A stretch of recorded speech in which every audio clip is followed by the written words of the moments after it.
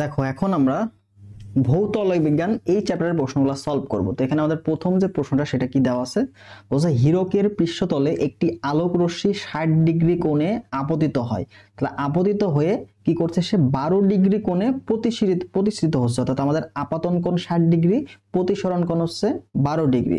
তাহলে হীরকের সমাবর্তন কোণ কত ডিগ্রি? তোমাকে বলছে হীরকের সমাবর্তন কোণ কত ডিগ্রি, এটা ফাইন্ড আউট করতে বলছে। তো আমরা একটা সূত্র জানি, সেটা হচ্ছে সমাবর্তন কোণ।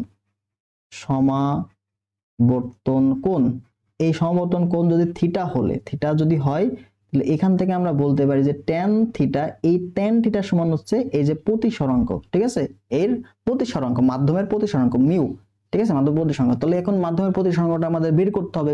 তাহলে মাধ্যমের প্রতিসরাঙ্ক বের করার যে সূত্র মিউ, এই মিউ সমান আমরা কি জানি বলতো, মিউ, এই মিউ সমান কিন্তু আমরা জানি যে মিউ এটা সমান লেখা যায় হচ্ছে সাইন আই, স্নেলের সূত্র, sine i divide by sine r, ঠিক আছে, স্নেলের সূত্র আমরা সবাই পড়ছি। আইটা কি, আইটা হচ্ছে আপাতন কোণ, আরটা হচ্ছে প্রতিসরণ কোণ। তাহলে এখানে ভ্যালুগুলো বসাও, সাইন কয় degree, sine 60 degree divide by হচ্ছে সাইন কত 12 ডিগ্রি, ঠিক আছে, সাইন 12 ডিগ্রি। তো এখন এই যে 12 ডিগ্রির মান, এই ভ্যালু বসাতে গেলে কি ক্যালকুলেটর ছাড়া পসিবল বলো? এই ভ্যালু ক্যালকুলেটর ছাড়া বের করাটা আমাদের জন্য টাফ। তো এই প্রশ্ন যদি হুবহু দেখো, এই প্রশ্নটা কিন্তু কোন একটা ভার্সিটি থেকে হুবহু কপি করে দিয়ে দিছে, তো টিচাররা তখনও দেখেই নাই যে এটা হ্যান্ড ক্যালকুলেশন করা যাবে কি করা যাবে না, ওরা কিন্তু তুলে দিছে। তো এরকম প্রশ্ন বেশ কিছু প্রশ্ন তুলে দিবে, এর জন্য তোমাদের প্রশ্ন ব্যাংক সলভ করার কথা বলা হয়, ঠিক আছে, যেগুলো এগুলো এই প্রশ্ন যদি তুমি হুবহু সলভ করতে তাহলে অবশ্যই এটা উত্তর তোমার জানা থাকতো। বাট প্রসেসটা তুমি জেনে রাখো যে কি হবে, সমাবর্তন কোণ যদি থিটা হয় তাহলে tan theta equal to mu আমরা অ্যাপ্লাই করতে পারবো। তাহলে এখান থেকে থিটা, এই থিটা সমান কি হবে বলতো, ট্যান ইনভার্স মিউ। তো এই যে মিউ এর ভ্যালুটা তুমি এখানে বসাই দিবা, তাহলে আলটিমেট ভ্যালু হয়ে গেল কত হলো, tan inverse sine 60 degree divide by sine 12 degree. তো এটা ক্যালকুলেটর ছাড়া করাটা ইম্পসিবল, ঠিক আছে, কাছাকাছি মান দিয়ে করার ঝামেলা হবে, কারণ এই মানগুলো খুবই কাছাকাছি দেওয়া আছে। পরবর্তী আমরা প্রসেসটা জেনে রাখলাম। পরবর্তী প্রশ্ন দেখো, একটি আর তরঙ্গে বা একটি তরঙ্গের দুটি মাধ্যমের দশা পার্থক্য দেওয়া আছে, কি দেওয়া আছে, দশা পার্থক্য দেওয়া আছে π/2, এটা হচ্ছে তোমার π/2, ঠিক আছে, দশা পার্থক্য π/2। তাহলে বিন্দুদের পথ পার্থক্য কত হবে? তো আমাদের দশা পার্থক্য এবং পথ পার্থক্যের মধ্যে সম্পর্ক আছে, তাই না? তো আমরা জানি কি যে দশা পার্থক্য ডিরেক্ট সূত্র দেওয়া আছে বইতে, দশা পার্থক্য, হ্যাঁ, দশা পার্থক্য ইকুয়াল টু কত বলতো, 2π/λ ইন্টু পথ পার্থক্য, পথ পার্থক্য। তাহলে আমাদের বের করতে বলছে কি, পথ পার্থক্য বের করতে বলছে, দশা পার্থক্য তোমাদের দেওয়া আছে। তাহলে দশা পার্থক্য যদি দেওয়া থাকে তাহলে দশা পার্থক্য এটা আমরা বসাইলাম কত, π/2, ঠিক আছে, π/2 ইকুয়াল কত হচ্ছে 2π/λ। আর আমরা পথ পার্থক্য আমরা ডেল এক্স দ্বারা প্রকাশ করলাম, ঠিক আছে। তাহলে তো ডেল এক্স এর ভ্যালু কত হচ্ছে, ডেল এক্স, তাহলে আমরা ওইভাবে পাই দিয়ে বাদ দিতে পারি, ঠিক আছে। তাহলে দেখো এই ল্যামডাটা উপরে চলে গেল, আমরা ভাগ করে দিলাম, ল্যামডা উপরে চলে গেল, λ/2 λ/4 হয়ে যায়, 2 দুগুণে 4, 2 দুগুণে 4, ল্যামডা উপরে চলে যায়, তার মানে তোমার λ/হচ্ছে 4, এটা হচ্ছে আমাদের পথ পার্থক্য, ঠিক আছে। তো এটা হিসাব করে দেখো এই মানটা চলে আসবে।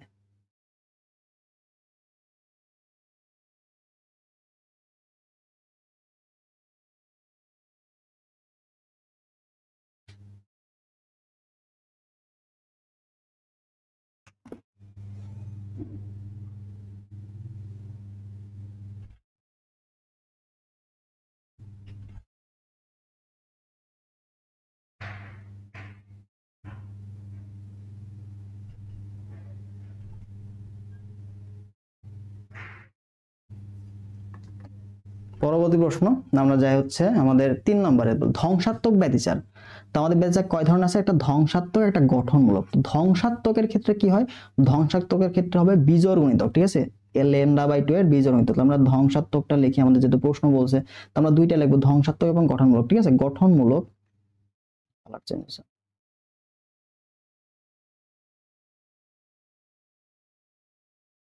গঠনমূলক ব্যতিচার, গঠনমূলক ব্যতিচারের শর্ত কি, পথ পার্থক্যটা কি হবে, পথ পার্থক্য হবে জোড় গুণিতক, ঠিক আছে, 2n ইন্টু λ/2, λ/2 এর জোড় গুণিতক, বা তুমি এখান থেকে কিন্তু m ল্যামডাও লিখতে পারো, ঠিক আছে, n ল্যামডাও লিখতে পারো। এবারে আমরা আসি ধ্বংসাত্মক ব্যতিচার।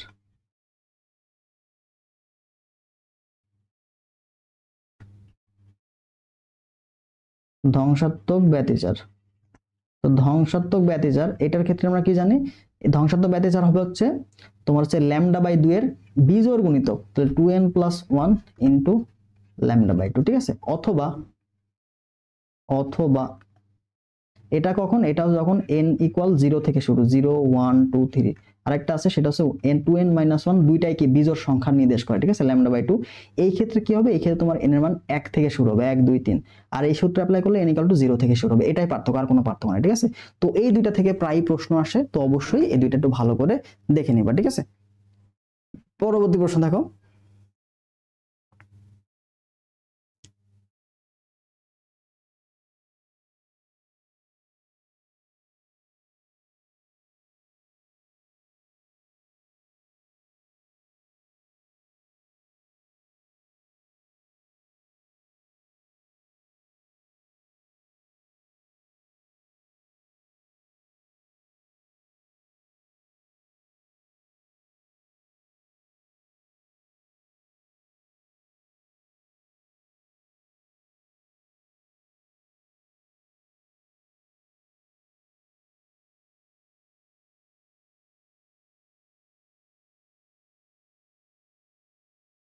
পরবর্তী দেখো, আমাদের কোনটি আলোর তরঙ্গ বৈশিষ্ট্য দ্বারা ব্যাখ্যা করা যায় না।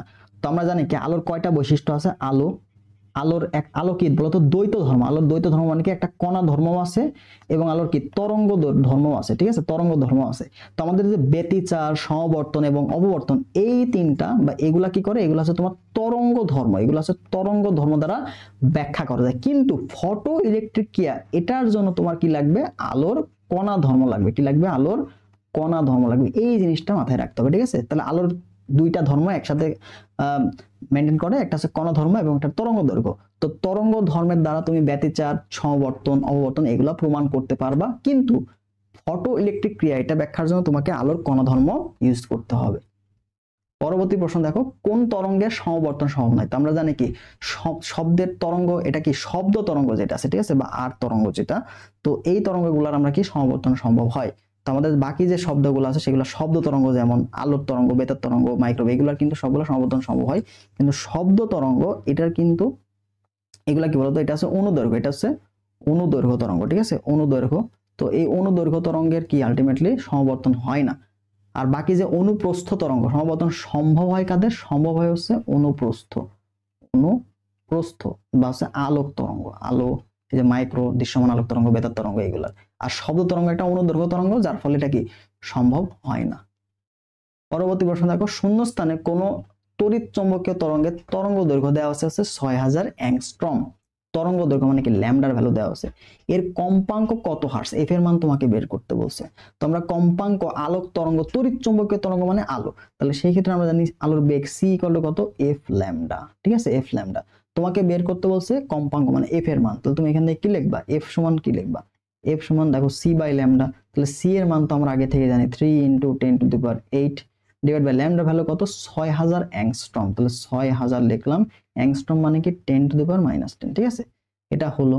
তাহলে এখন ঘটনা হলো, দেখো এখানে কয়টা শূন্য, তিনটা শূন্য। তাহলে তিনটা শূন্য যখন পজিটিভ, এর সাথে হয়ে গেলে যোগ হয়ে গেলে কত, 10⁻−7 হয়ে যাবে, ঠিক আছে। তাহলে এখান থেকে আমরা কিন্তু লিখতে পারি 3 × 10⁸। ঠিকই তো আছে।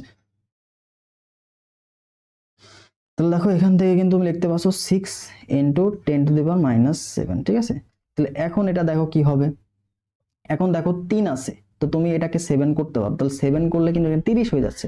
তাহলে 6 দিয়ে 30 কে তুমি কাটতে পারছো, ঠিক আছে। তাহলে এটাকে আলটিমেটলি কাটলে তুমি এখানে কিন্তু এটা লিখতে পারো, উপরে আমরা লিখতে পারি হচ্ছে যেহেতু 3 কে কাটতে পারছি না, তাহলে আমরা কি করব, 30 বানাই নিব। আর যদি এখানে 30 করি, এখানে 30 করলে এই যে 3 এর সাথে যে পাওয়ার একটা কমে যাবে, 10⁻7 হয়ে যাবে। তাহলে 6 দিয়ে 30 কে কাটলে কত, 5 হয়ে যাচ্ছে।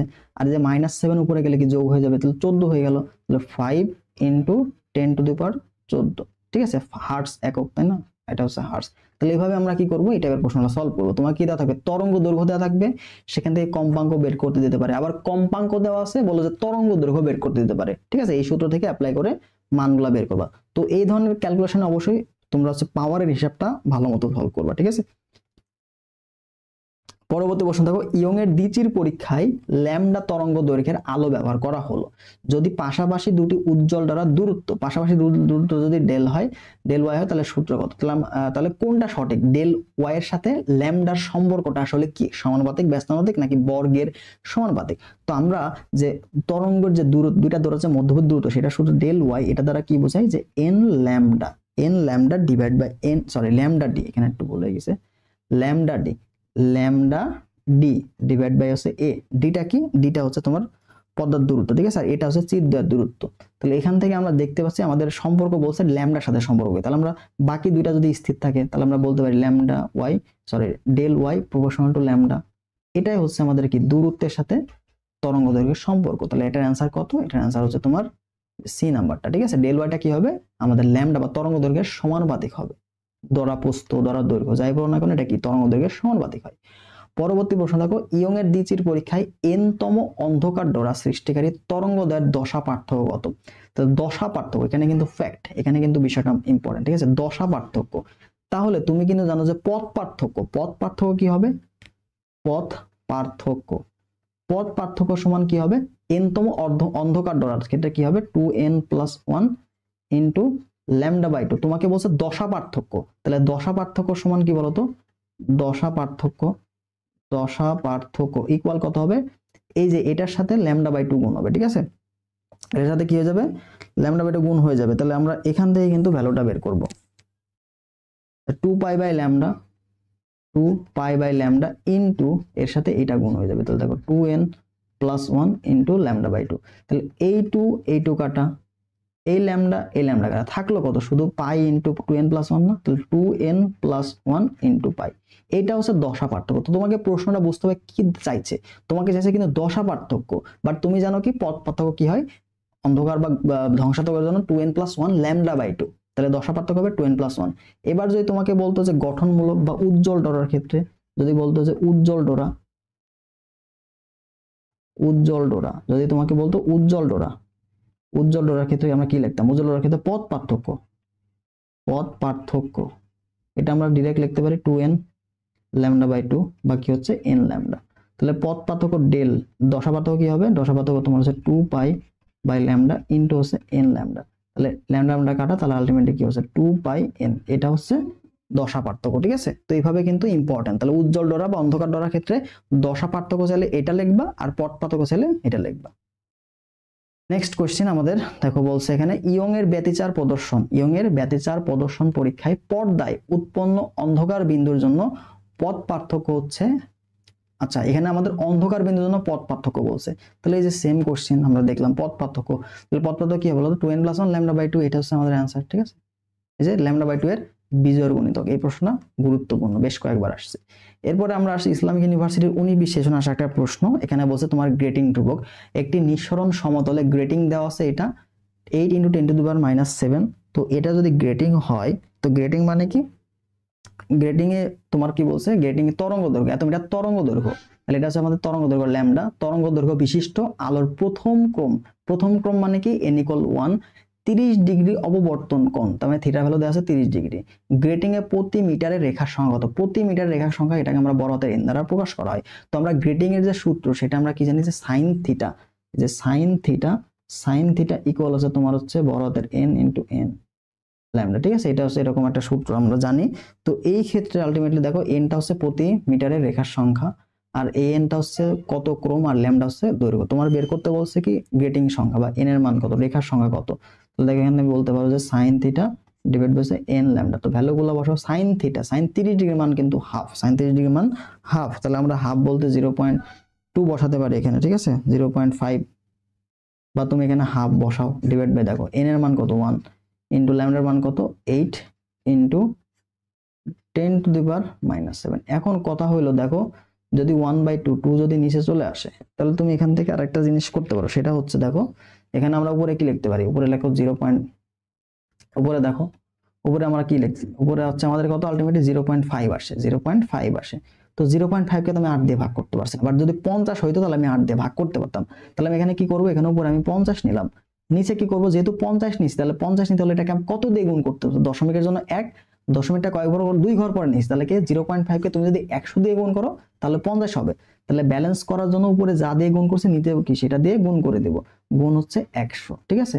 তাহলে দেখো 8 দিয়ে 50 কে তুমি ভাগ করতে পারো। 6 8 48, তাহলে 6.48, তাহলে 20 থাকে, তাহলে 3 8 24, 8 2 16, তাহলে 6 2, ঠিক আছে। তাহলে 6.2 সামথিং এরকম একটা ভ্যালু তোমার আসবে, ঠিক আছে। 6.2 সামথিং এরকম একটা ভ্যালু আসবে, তার সাথে 100 গুণ। তাহলে এই কারণে কি হয়ে গেল দেখো 6.2 ডিভাইড বাই 100 মানে কি 2 ঘর।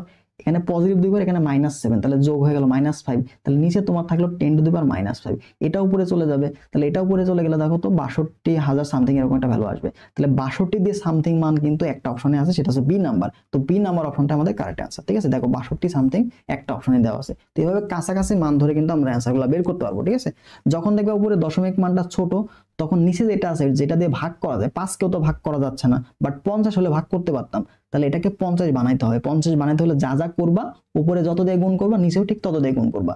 0.5 কে আমি যদি 100 দিয়ে গুণ করি তাহলে 50 হয়, তাহলে 100 দিয়ে কি নিচেও গুণ করে দিব, এই যে ব্যালেন্স করলাম 100 দিয়ে গুণ করে, দেন কাটাকাটি করে ভ্যালুগুলো দেখো 6.2 বসাইছি, তার মানে আমার মান চলে আসছে 6.2 মানে 62 সামথিং হবে, যেটা বি নাম্বার অপশন। ঠিক আছে, তো সব ক্যালকুলেশন তোমার করা লাগবে না, কাছাকাছি মান ধরে করবা, যেগুলো এরকম দূরে দূরে থাকবে। ঠিক আছে, পরবর্তী প্রশ্ন দেখো, বাতাসে সোডিয়ামের আলোর তরঙ্গ দৈর্ঘ্য দেয়, সোডিয়ামের আলোর তরঙ্গ দৈর্ঘ্য দেওয়া আছে এত, যে কাচের প্রতিসরাঙ্ক 1.25, তাতে আলোর তরঙ্গ দৈর্ঘ্য কত?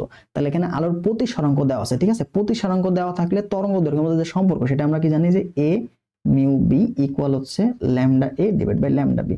তো এই কন্ডিশন থেকে কিন্তু আলটিমেটলি আমাদের দেখো তরঙ্গ দৈর্ঘ্য বের করা যায়, যেহেতু আমাদের মিউ এর মান দেওয়া আছে, মিউ এর মান তোমাকে দেওয়া আছে। ঠিক আছে, তাহলে আলোটা কি করছে, আলোটা আলটিমেট সোডিয়াম আলো ঢুকছে কাচের মধ্যে দিয়ে, তাহলে এখান থেকে আমাদের জাস্ট ভ্যালুগুলো বসাই দিতে হবে। ঠিক আছে, একটা তরঙ্গ দৈর্ঘ্য দেওয়া আছে, এটাকে ভাগ করে দিলে মানটা পেয়ে যাবা তোমরা। তাহলে এখান থেকে দেখো আমরা কিন্তু বলতে পারি এয়ার থেকে গ্রিন। ঠিক আছে, তাহলে আমাদের এখানে ভ্যালুগুলো বসাও, তোমাদের বের করতে বলছে কি, এটার মান বের করতে বলছে। ঠিক আছে, তাহলে এখান থেকে আমরা মনে করো কাচের গ্লাসের যেটা, এটা মনে করো গ্লাস, এটা গ্লাস। ঠিক আছে, তাহলে ল্যামডা জি এটার সমান আমরা কি লিখবো, যে ল্যামডা এ ডিভাইড বাই এটা মনে করো জি, এ থেকে জিতে গেছে, এয়ার থেকে গ্লাসের মধ্যে আর কি গেছে। ঠিক আছে, আলোটা তো বাতাস থেকে শূন্য মাধ্যম থেকে আলটিমেটলি কাচের মধ্যে প্রবেশ করছে। তাহলে এখানে ল্যামডার ভ্যালু কত দেওয়া আছে, 5.89 গুণন হচ্ছে 10⁻⁻7 ডিভাইড বাই এখানে দেখো কত হচ্ছে 1.52। এখন ঘটনা দেখো এখানে 5.8 আছে, তাহলে 5.8 মানে এটা 6 এর খুব কাছাকাছি না, 6 এর খুবই কাছাকাছি, মানে 6 এর খুবই কাছাকাছি। আর এখানে 1.5 মানে কি 1.5 এটা তুমি ধরতে পারো, আর এটাকে তুমি 6 ধরতে পারো, তাহলে এটা কিন্তু 6 না, 6 এর থেকে একটু কম। তাহলে 1.5 দিয়ে 6 কে যদি ভাগ করতাম, 6 কে আমি যদি 1.5 দিয়ে ভাগ করতাম, রেজাল্ট আসে কত 4। তাহলে উপরে যেহেতু 6 না, 6 এর থেকে একটু কম, তাহলে মানটা কি বলতো 4 এর কাছাকাছি যাবে, 4 এর কাছাকাছি যাবে। ঠিক আছে, আর যেহেতু নিচেও কি 1.52, তাহলে 4 হবে না, কিন্তু 4 এর খুব কাছে। 4 এর খুব কাছে মান কোনটা, 3 কাছে, 3.5 কাছে না 3.9 সবার কাছে, বলতো 3.9 কিন্তু সবার কাছাকাছি। বুঝতে পারছো যে দেখো 5.8 এটাকে কিন্তু 6 এর খুবই কাছাকাছি, আর 1.5 এটাকে আমি 1.5 ধরতে পারি, তো ভাগ করলে কিন্তু 4 হয়। তাহলে 4 এর থেকে যেহেতু উপরে ছোট মান, তাহলে এখানে রেজাল্ট একটু ছোট আসবে। আবার এখানে 5.2 আছে। ঠিক আছে, তো ওভারঅল রেজাল্টটা 4 এর থেকে একটু ছোট আসবে। তাহলে 4 এর থেকে একটু ছোট মান কিন্তু প্রথম দুই সংখ্যা এটাই পাচ্ছি, তো এটা করবা। দেন পাওয়ার হিসাবটা এখানে সামথিং দেখো 3.9, পাওয়ারটা তো ফিক্স থাকবে 10⁻7, এটাই থাকলো। তো কাছাকাছি মান ধরে কিন্তু ইজিলি ক্যালকুলেশনগুলো আমরা করে ফেলতে পারি। পরবর্তী প্রশ্ন দেখো, নিচের কোন শ্রেণীর তরঙ্গ দৈর্ঘ্য সবচেয়ে বড়? তো এখানে আমাদের যে তরঙ্গ দৈর্ঘ্য সবচেয়ে বড় কার বলতো, রেডিও, এটা সবচেয়ে বড়, এবং এক্স রে এটা হচ্ছে সবচেয়ে কম, এক্স রেটা হচ্ছে সবচেয়ে কম, এবং এটা হচ্ছে সবচেয়ে বেশি। নেক্সট কোশ্চেন দেখো, কোন তড়িৎ চুম্বকীয় বিকিরণের ভেদন ক্ষমতা সবচেয়ে বেশি হচ্ছে গামা। ঠিক আছে, সবচেয়ে বেশি হবে কি গামা।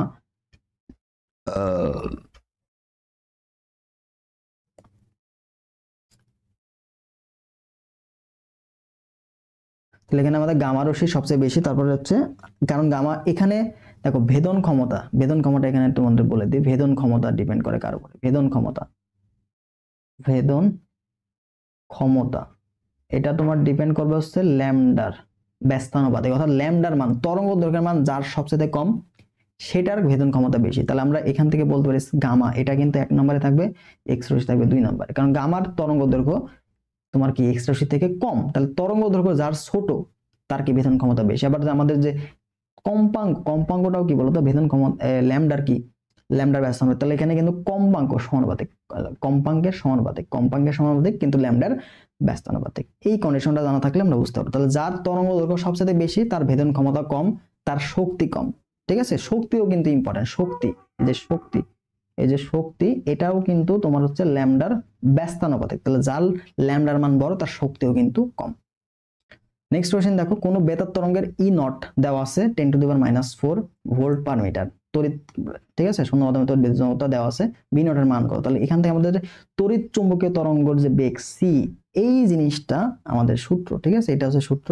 তো এটা সমান আমরা জানি হচ্ছে ই নট বাই হচ্ছে B naught, E naught by হচ্ছে বি নট, ঠিক আছে। এটা হচ্ছে তড়িৎ মাধ্যম বিভেদন সূত্র, এটা হচ্ছে চুম্বকীয়, ঠিক আছে, তড়িৎ চুম্বকীয় তরঙ্গ, তাহলে তড়িৎ ক্ষেত্র এবং চুম্বক ক্ষেত্র দুইটাই থাকবে। তাহলে তড়িৎ ক্ষেত্রের যে মানটা সেটা তোমার দেওয়া আছে কত, 10⁻⁴, এখানে দেওয়া আছে বি নট, ঠিক আছে। তাহলে তোমার বের করতে হবে কি বি নট এর মান, তাহলে তুমি অতএব এখানে বি নট এটা সমান কি সি, বি নটের জায়গায় নিয়ে যাও, তাহলে 10⁻⁴, সি মানে কি, এখানে সি চলে আসলো, সি মানে আলোর বেগ, তাহলে দেখো 10⁻⁴ ইন্টু 3 ইন্টু 10⁸, ঠিক আছে। তাহলে 1 কে 3 দিয়ে ভাগ করলে আলটিমেটলি কত থাকে বলতো, এখানে তুমি 0.33 এখানে একটা ভ্যালু পাবা না, এরকম একটা ভ্যালু পাবা। তাহলে আলটিমেটলি তুমি যদি পাওয়ারটা হিসাব করো তাহলে তোমার এখানে কি থাকলো, দেখো 0.3 থাকলো, 0.33 এরকম মান থাকলো, গুণ এই যে 10⁸, এইটা কি করবো উপরে চলে যাবে, তাহলে 8 যদি উপরে চলে তাহলে কি হলো 10⁻⁻12 হয়ে গেল না, -12, কিন্তু দশমিকটা আমি এক ঘর পরে নিতে যাচ্ছি, তাহলে দশমিক এক ঘর যদি ডানে নিতে চাও তাহলে কিন্তু এখানে -1 যোগ হবে, তাহলে -1 যোগ হলে আমরা এখানে কি বলতে পারি 3.3 ইন্টু 10⁻⁻13, ঠিক আছে। তো এটাই আলটিমেটলি কিন্তু ওয়েবার, এককটা কিন্তু ওয়েবার পার মিটার স্কয়ার, ঠিক আছে। তো এইভাবে আমরা এই যে এই টাইপের প্রশ্নগুলো সলভ করব। আবার সি, এই সি সমান কিন্তু লেখা যায় 1/√μ0 ইপসিলন নট, ঠিক আছে। তো এটার এমসিকিউ আমরা সলভ করব পরবর্তী, দেখো আচ্ছা এটার এমসিকিউ কি আছে, ছিল তো সম্ভবত, হ্যাঁ আছে।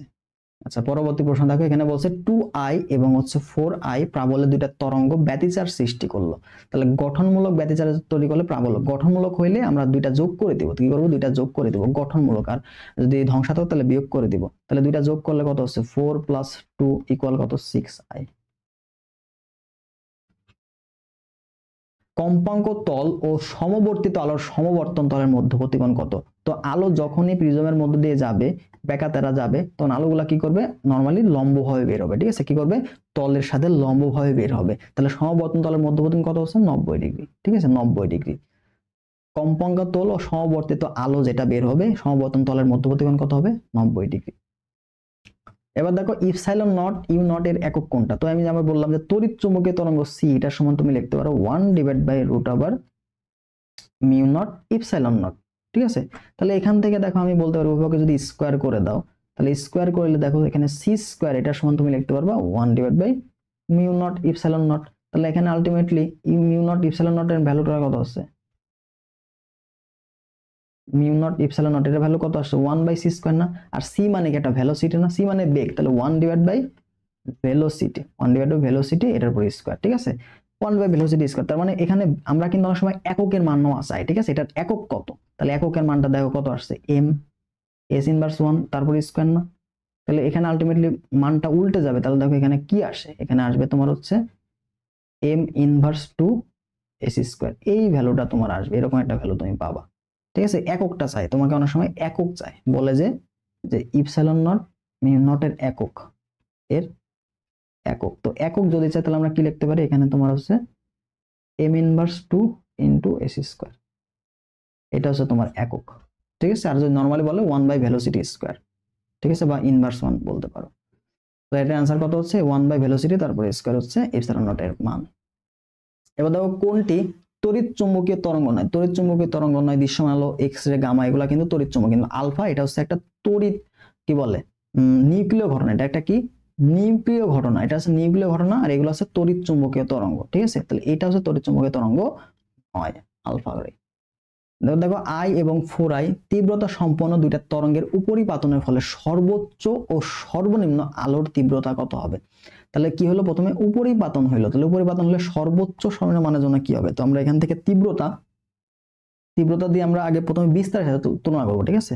তাহলে আই এই প্রপোর্শনাল টু কত a², ঠিক আছে। তাহলে তুমি এর সাথে যদি সম্পর্ক, তাহলে কি হচ্ছে √i, তাহলে আমরা উপরিপাতনের সাথে বিস্তারের সম্পর্ক নিয়ে আসবো, ঠিক আছে। তাহলে বিস্তার কত গুণ হচ্ছে এটা তোমার ফাইন্ড আউট করতে হবে, তাহলে দেখো এখানে বিস্তারটা কত গুণ হচ্ছে, তাহলে প্রথমে দেখো বিস্তারের সাথে সম্পর্ক, প্রথমে 1 গুণ এখানে 2 গুণ, তার মানে আমরা যদি এখানে বলি নরমালি, তাহলে দেখো a1 এটা সমান কত হচ্ছে 1 আমরা ধরে নিতে পারি, তারপর a2 এটা সমান a, আর a2 সমান কত হচ্ছে এটা দ্বিগুণ, এই যে এটাকে রুট করলে কত হচ্ছে 2 হয়ে যাচ্ছে 2a, তাহলে যদি উপরিপাতন ফল তাহলে সর্বোচ্চ বিস্তার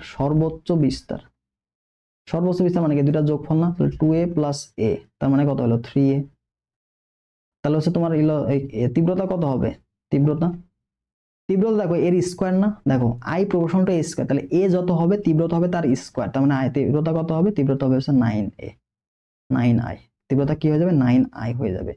আবার এখান থেকে আমি যদি সর্বনিম্ন বলি, সর্বনিম্ন বিস্তার, সর্বনিম্ন বিস্তার, সর্বনিম্ন বিস্তার কি হবে 2a মাইনাস এ, তার মানে কত শুধু এ, তাহলে এটা কয় গুণ হলো, এক গুণ হলো না, তাহলে এখানে তীব্রতা কত হবে, তীব্রতা তীব্রতা কত হবে একের উপর স্কোয়ার মানে কত এক, তাহলে 1i শুধু, তাহলে এখানে আমাদের রেজাল্টটা কি আসলে, রেজাল্ট আসলে তোমার হচ্ছে 9i ইন্টু আই, এটাই হচ্ছে আমাদের অ্যান্সার, এটাই হচ্ছে আমাদের অ্যান্সার। নেক্সট কোশ্চেনে আমরা দেখতে পাচ্ছি আমাদের, তো চলো এখন আমরা আধুনিক পদার্থবিজ্ঞানের সূচনা এই প্রশ্নগুলো একটু সলভ করি। তো এখানে আমাদের বলছে দেখো কম্পাঙ্ক 2 × 10⁵ হার্টজ কম্পাঙ্কের আলো 3 × 3.26 × 10⁻⁻19 জুল কার্যাপেক্ষক, ঠিক আছে, কার্যাপেক্ষক এটা গুরুত্বপূর্ণ, এটাকে আমরা কি ওমেগা নট দ্বারা প্রকাশ করি, সম্পন্ন ধাতব পৃষ্ঠে আপতিত হলে নির্গত ইলেকট্রনের শক্তি কত, তাহলে প্রত্যেকটা ধাতুর কিন্তু নির্দিষ্ট কার্যাপেক্ষক থাকে, তো ওই কার্যাপেক্ষকের তুলনায় যদি বেশি শক্তি প্রদান করা হয় তাহলে ওই ধাতু থেকে তোমার ইলেকট্রনগুলো কি হবে, মুক্ত হবে, বা ইলেকট্রন একটা ই বেগে মুক্ত হয়ে যাবে। তাহলে এটা মনে করো একটা ধাতুতে কি করছে, আলো পড়ছে, ই শক্তি নিয়ে আলো পড়ছে, তাহলে ধাতুর যে কার্যাপেক্ষক, তো কার্যাপেক্ষকের থেকে যদি বড় হয়, ই এর মানটা যদি কার্যাপেক্ষক থেকে বড় হয়, তো কার্যাপেক্ষকের তুলনায় যে আলো এতটুকু শোষণ করবে, বাকি শক্তিটা কি করবে, সে ইলেকট্রনগুলা কি করবে, ই বেগে, ই কে বেগে গতিশীল হয়ে মানে এটা মুক্ত হয়ে যাবে, ঠিক আছে। তাহলে এখান থেকে আমরা কি বলতে পারি, তুমি শক্তি দিলা কতটুকু, শক্তি দিলা হচ্ছে ই পরিমাণ শক্তি, সেখান থেকে কার্যাপেক্ষকের জন্য এতটুকু ক্ষয় হলো, তাহলে ওমেগা নট প্লাস এটা ডাব্লু নট আর কি, এক কথায় ডাব্লু নট, তার সাথে দেখো ই কে গতিশক্তি বেগে আলো চলে গেল, ইলেকট্রন চলে গেল, তাহলে এখানে আমরা বলতে পারি ই কে গতিশক্তি, ঠিক আছে। তো তোমাকে এটাই বের করতে বলছে ইলেকট্রনের সর্বোচ্চ গতিশক্তির মানটা কত, এটাই আলটিমেটলি ই কে, এই গতিশক্তিটা তোমাকে বের করতে বলছে। তাহলে তুমি এখান থেকে কিন্তু ই কে এর মানটা বের করবা, ই কে এটা সমান দেখো ই মাইনাস ডাব্লু নট, তাহলে ডাব্লু নট, তাহলে সূত্রগুলো আমরা লিখি ই, এই ই সমান কত বলতো, এইচ এফ, এই সমান হচ্ছে এইচ এফ, এইচ হচ্ছে আমাদের কি 6.62 6.63 × 10⁻24 এই মানটার এফ হচ্ছে কম্পাঙ্ক, এবং এখানে ওমেগা নট এটার ভ্যালু মনে রাখবো সূচন কম্পাঙ্ক, সূচন কম্পাঙ্ক যদি এফ নট হয় তাহলে আমাদের কার্যাপেক্ষক কি হবে, ডাব্লু নট, তাহলে এই ভ্যালুগুলো বসাই দাও। তাহলে ই কে এর মান তোমাকে বের করতে বলছে, তাহলে ই কে এটা সমান আমি কি লিখবো, এইচ এফ, ই এর মানটা তো এইচ এফ, তাহলে এইচ এর ভ্যালু কত 6.63 × 10⁻⁻34 গুণ এফ এর মান কত দেওয়া আছে 2 গুণন 10⁻15, ঠিক আছে, মাইনাস ওমেগা নট কার্যাপেক্ষকের মান দেওয়া আছে, অনেক সময় তোমাকে এখানে সূচন কম্পাঙ্ক দেওয়া থাকতে পারে, তো সূচন কম্পাঙ্ক দেওয়া থাকলে আমরা কি করবো, যে কার্যাপেক্ষকের মান এইচ এফ নট, তখন আমরা এইচ কমন নিব, তাহলে তোমার হচ্ছে এখান থেকে এফ মাইনাস এফ নটের মান বসায় দেন এইচ গুণ করলে মান পেয়ে যাবো। তাহলে এখান থেকে কি পেলাম, দেখো 3.26 × 10⁻⁻19, তো আমরা কিন্তু এটা বিয়োগ করতে পারবো না, কেন বিয়োগ করতে পারবো না, কারণ পাওয়ার কিন্তু সেম নেই, তাহলে পাওয়ার আগে সেম করতে হবে। দেখো তুমি যদি এটার সাথে পাওয়ার গুণ করে দাও, দেখো 6 দুগুণে কত 12 না, 6 দুগুণে 12, আবার দেখো 6 দুগুণে 12, তাহলে এক যোগ হচ্ছে, তাহলে এখানে তোমার হচ্ছে 13.6 এই ভ্যালুটা তুমি পাবা। তার সাথে দেখো পাওয়ার কত হয়ে যাচ্ছে 15, এর সাথে গুণ হয়ে গেলে কি যোগ হবে, তার মানে 10⁻⁻19, তাহলে এইবার কিন্তু আলটিমেটলি আমাদের দেখো কি হচ্ছে, হিসাবটা করতে পারবো আমরা, বিয়োগটা করতে পারবো, কেন, কারণ আমাদের পাওয়ারটা কিন্তু সেম হয়ে গেছে। তাহলে পাওয়ার যদি সেম হয়ে যায় তাহলে এর সাথে কি 10 হচ্ছে না, 10 গুণ 10⁻⁻19, তাহলে এটাকে তুমি যদি 1 করতে চাও তাহলে দেখো এর সাথে কি পাওয়ার 1 কমে যাবে, তাহলে 1 × 10⁻18 এত কি বলতো, এত জুল, তাহলে এটার অ্যান্সার কত হচ্ছে, এটার অ্যান্সার হচ্ছে আমাদের এই নাম্বারটা 1 × 10⁻⁸ জুল, ঠিক আছে। তো এইভাবে আমরা এই প্রশ্নগুলা সলভ করবো খুবই ইজিলি। তাহলে এটা কি, এটা কিন্তু আবার শক্তির সংরক্ষণশীলতাও মেনে চলে, ঠিক আছে, যতটুকু শক্তি দিলা প্রথমটুকু কি হয়েছে কার্যাপেক্ষকের ব্যয় হয়েছে, বাকিটুকু কি করছে ইলেকট্রন ওই গতিশক্তি নিয়ে চলে গেছে। এটা কিন্তু খুবই ইম্পর্টেন্ট একটা প্রশ্ন। সূচন কম্পাঙ্ক যদি চাই, এই যে এটা হচ্ছে এফ, এই এফটা কি, এফটা হচ্ছে সূচন কম্পাঙ্ক, ঠিক আছে, সূচন কম্পাঙ্ক চাইলে আমরা এই সূত্র অ্যাপ্লাই করব, কার্যাপেক্ষক ইকুয়াল এইচ এফ নট। পরবর্তী প্রশ্ন দেখো, একটি কণা ভি বেগে চলে যাতে তার ভর স্থির ভরের দ্বিগুণ হয়, স্থির ভরের দ্বিগুণ হয়, তাহলে স্থির ভর যদি এম নট হয় তাহলে আমাদের গতিশীল ভর কত এম, তাহলে গতিশীল ভর কি হবে 2m নট, ঠিক আছে। তাহলে যদি সি আলোর বেগ হয় তাহলে কত বেগে আলটিমেটলি এটা চলছে এটা বের করতে হবে, বেগের মান তোমাকে বের করতে হবে, বেগ, এই বেগ এটা সমান হচ্ছে √1 মাইনাস ছোট মান ডিভাইড বাই হচ্ছে বড় মান, এটার পরে স্কয়ার ইনটু সি, এটা হচ্ছে তোমার বেগের মান, ঠিক আছে। তাহলে আমরা খুব ইজিলি বের করতে পারবো। তাহলে ছোট মান কোনটা, এম নট ছোট না, আর বড় হাতের এম, সরি স্থির গতিশীল অবস্থায় কি বেশি, যে 2 এম নট। তাহলে এখান থেকে আমরা বলতে পারি না, দেখো am not 1 minus am not দ্বিগুণ হয়েছে, তার মানে কি 2 এম নট, এটার পরে স্কোয়ার ইন্টু সি, তাহলে এখানে আলটিমেটলি ভ্যালু কত আসবে, দেখো 1 মাইনাস 1/4 ইন্টু সি। তাহলে এটা ক্যালকুলেশন করলে কিন্তু √3/2 আসে, √3/2 ইন্টু সি। তাহলে কখনো যদি দেখো দ্বিগুণ হচ্ছে, ঠিক আছে, দৈর্ঘ্য দ্বিগুণ হচ্ছে বা ভর দ্বিগুণ হচ্ছে, এরকম প্রশ্ন আসলেই আমরা কি বলতে পারবো, যে এটা ভি ইকুয়াল টু √3/2 সি, ঠিক আছে। এবং এটা যদি সাংকেতিক মান আসে, তাহলে তুমি এখান থেকে 2.4 ইন্টু 10⁻⁸ এটাও লিখতে পারো, ঠিক আছে। যদি সংখ্যায় বলে তাহলে এটা, আর নর্মালি ভগ্নাংশে বলে √3/2 ইন্টু সি, এটা তুমি বলতে পারো, ঠিক আছে। তো এই প্রশ্নগুলো গুরুত্বপূর্ণ। তাহলে বেগ বের করতে হলে কি করবো, ভি ইকুয়াল টু √1 মাইনাস ছোট মান ডিভাইড বড় মান, তারপর square into C. Next question দেখো, তোমাকে বলছে 6.63 ইন্টু 10⁻⁻19 জুল শক্তি বিশিষ্ট ফোটনের তরঙ্গ দৈর্ঘ্য কত ন্যানোমিটার। এটা কিন্তু ইম্পর্টেন্ট, যে ন্যানোমিটার মানে কি, 1 ন্যানোমিটার ইকুয়াল হচ্ছে 10⁻⁹। তো তুমি যখন 10⁻⁹ দেখতে পাবো, তখন তুমি এটা ন্যানোমিটার লিখতে পারবা, ঠিক আছে। তাহলে আমরা জানি কি, শক্তি দেওয়া আছে, তরঙ্গ দৈর্ঘ্য বের করতে হবে। তাহলে আমরা জানি ই এটা সমান কি বলতো, এইচ এফ। এফ মানে কি কম্পাঙ্ক, এই কম্পাঙ্ক মানে কি আবার কি সি বাই ল্যামডা। এই ল্যামডার ভ্যালু তোমাকে বের করতে হবে, ঠিক আছে। তাহলে এখান থেকে ইজিলি ল্যামডা সমান তুমি লিখতে পারো এইচ সি ডিভাইড বাই ই।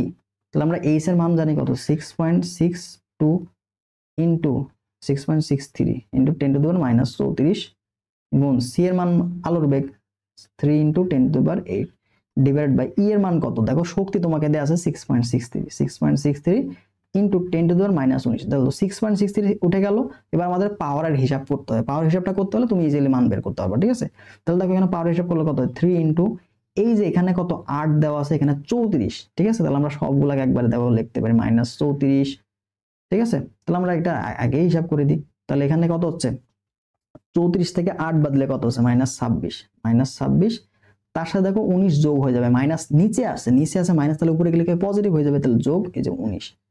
তাহলে এখান থেকে তুমি কি লিখতে পারছো, 3 ইন্টু 10⁻, দেখো 19 যদি করতে চাই, তাহলে এখানে আমার কত হচ্ছে, এখানে 7 হয়ে যাচ্ছে না, এখানে তোমার 7 হয়ে যাচ্ছে, দেখো 10⁻⁷, ঠিক আছে, এত মিটার।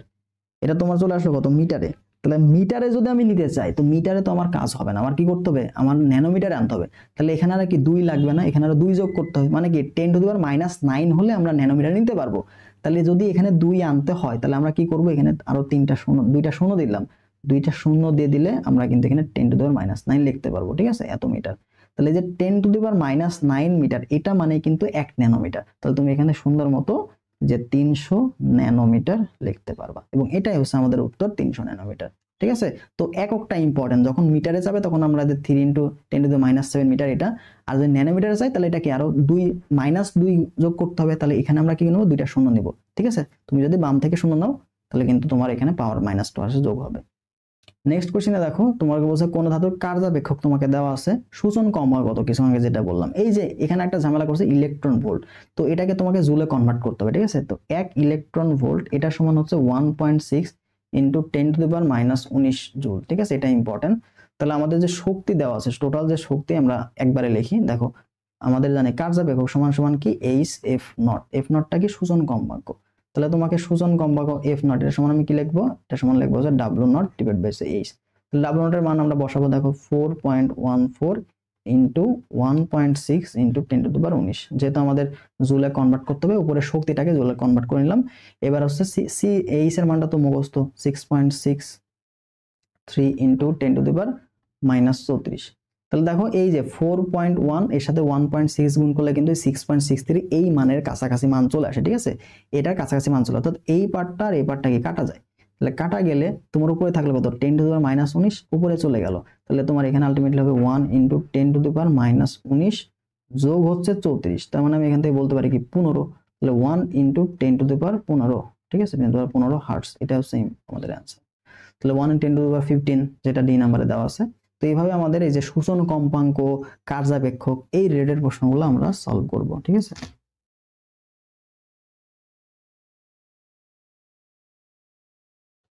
তো পরবর্তী প্রশ্ন দেখো, এখানে আমরা বলতে পারি একটি গতিশীল কণার মোট শক্তি এর স্থির অবস্থা 1.5 গুণ হলে কণাটির দ্রুতি কত। তাহলে মোট শক্তি এখানে ই, এখানে যদি মোট শক্তি ই নট হয় তাহলে স্থির অবস্থার দেড় গুণ, তাহলে গতিশীল অবস্থায় কত হচ্ছে ই, এটা সমান কত 1.5 ইন্টু ই নট। ঠিক আছে, তাহলে কোয়ান্টিটি দুটি কত, তাহলে এখানে আমরা সেম ভাবে করব ভি এটা সমান কত রুট ওভার 1 মাইনাস, দেখো 1 ডিভাইড বাই কত 1.5 না, ছোট মান নিচে বড় মান ইন্টু সি। তাহলে যে 1.5 কে আমরা কি 3/2 আকারে লিখতে পারি, তাহলে এখান থেকে দেখো লেখা যায় 1 বাই, এখানে 3/2 তার মানে কি 2 উপরে চলে যাবে, তাহলে দেখো 2 বাই আলটিমেটলি 3 এটা হচ্ছে। ঠিক আছে, এটার তারপরে স্কয়ার ইন্টু সি। তাহলে এটা আমরা যদি ক্যালকুলেশন করি তাহলে এখান থেকে তোমার কত ভ্যালু আসে এটা আমরা দেখি, সেটা হচ্ছে দেখো 1 মাইনাস 4 ডিভাইড বাই 9। ঠিক আছে, তাহলে দেখো এখানে 9 মাইনাস 4 মানে কত 5/9 হয়ে যাচ্ছে, তো ওখান থেকে ক্যালকুলেশন করলে রুট ওভার সি, তো এই ভ্যালুটা তোমার চলে আসবে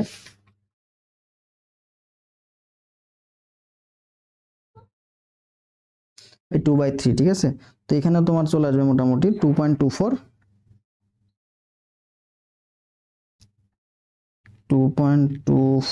ইন্টু 10⁸। কিভাবে আসলো দেখো, এখানে 9, ঠিক আছে, লসাগু করলে কি হচ্ছে 9 মাইনাস 4 মানে কত হচ্ছে তোমার হয়ে যাবে হচ্ছে 5/9, তাহলে এখানে √5/3, তাহলে 3 কে কাটাকাটি √5 এর মান কাছা করলে এরকম একটা কাছাকাছি একটা মান পাবা।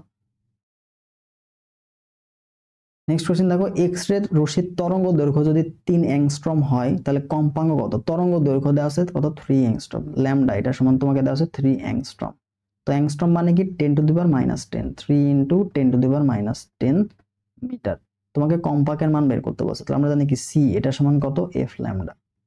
ঠিক আছে, তাহলে এফ ল্যামডা হয়, তাহলে তোমাকে বলছে কম্পাঙ্ক, তাহলে এফ এর মানটা কত হবে C divide by lambda. C এর মান দেওয়া আছে 3 ইন্টু 10⁸ ডিভাইড বাই ল্যামডার মান কত 3 ইন্টু 10⁻⁸। 3 3 কাটা, তাহলে -10, এটা কত -10 উপরে চলে যাবে যোগ হয়ে যাবে, তাহলে 1 ইন্টু 10⁸ হার্টজ, বা শুধুমাত্র 10⁸ হার্টজ তুমি বলতে পারো একই জিনিস। ঠিক আছে, তো এইভাবে আমরা কম্পাঙ্ক বা তরঙ্গ দৈর্ঘ্য বের করতে বললে এই সূত্র অ্যাপ্লাই করব। যদি কম্পাঙ্ক দেওয়া থাকে তাহলে এই যে এফ এর মান দেওয়া আছে, তাহলে তুমি ল্যামডার মান বের করতে পারবে ইজিলি। নেক্সট কোশ্চেন দেখো, 20 বছর বয়সে একজন মহাশূন্যচারী মহাকাশযানে 1.8 ইন্টু 10⁸ মিটার পার সেকেন্ড দ্রুতিতে চলে, পৃথিবীর হিসাবে সে 30 বছর পর ফিরে এলো, তার বর্তমান বয়স কত, তাহলে বর্তমান বয়স যদি বের করতে চাই তাহলে কি যেই বয়সে গেছে ওইটার সাথে 3 যোগ করবো। ঠিক আছে, তাহলে বর্তমান বয়স কি হবে, বর্তমান বয়স ইকুয়াল কত বলতো যেই বয়সে গেছে যোগ টি নট। ঠিক আছে, টি নট, তাহলে আমরা টি, এই যে টি সমান কি জানি, t naught divide by √1 minus v square by c square, এই সূত্র না এখানে অ্যাপ্লাই করছে, এখানে তোমাকে বেগ দেওয়া আছে, তো এত কিছু করার দরকার নেই, শর্টকাট আছে, সেটা হচ্ছে তোমাকে প্রশ্ন এইভাবে দেওয়া থাকবে। যদি দেখো বেগ, এই বেগের মান ভি ইকুয়াল যদি 1.8 ইন্টু 10⁸, এটা হয়, অথবা যদি বলে 0.6 এটা দেওয়া থাকে। ঠিক আছে, এটা দেওয়া থাকে, তাহলে টি নটের হবে হচ্ছে, টি নটের ভ্যালু সূত্র খুবই সহজ ইজি, টি ইন্টু 0.6, টি কোনটা, এই যে যত বছর পর ফিরে এলেন। ঠিক আছে, আবার তোমার যদি এখানে বলে ভি এটা সমান যদি দেওয়া থাকে হচ্ছে, যে দুইটা মান দেওয়া থাকবে, একটা হচ্ছে 2.4 দেওয়া থাকতে পারে, 2.4 ইন্টু 10⁸, অথবা তোমাকে বলতে পারে যে 0.8 এটা দেখতে, তখন আমরা টি নট কিভাবে বের করবো, t naught equal to t into, তখন হয়ে যাবে তোমার হচ্ছে 0.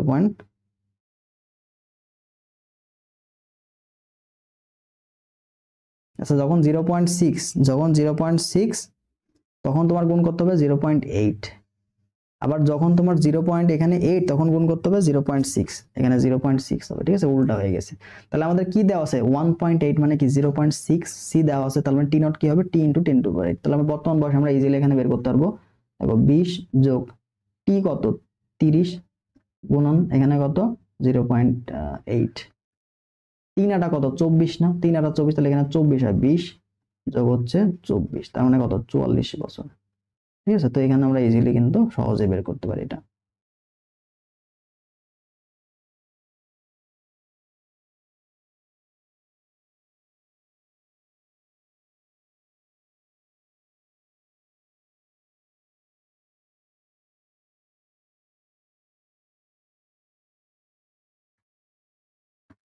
নেক্সট কোশ্চেন দেখো, ফোটনের ভরবেগ, তো ফোটনের ভরবেগের সূত্র কি, ফোটনের ভরবেগ পি এটা সমান আমরা জানি কি এইচ ভাগ ল্যামডা। ঠিক আছে, এটা তো ইজি, সবাই জানে, ঠিক আছে।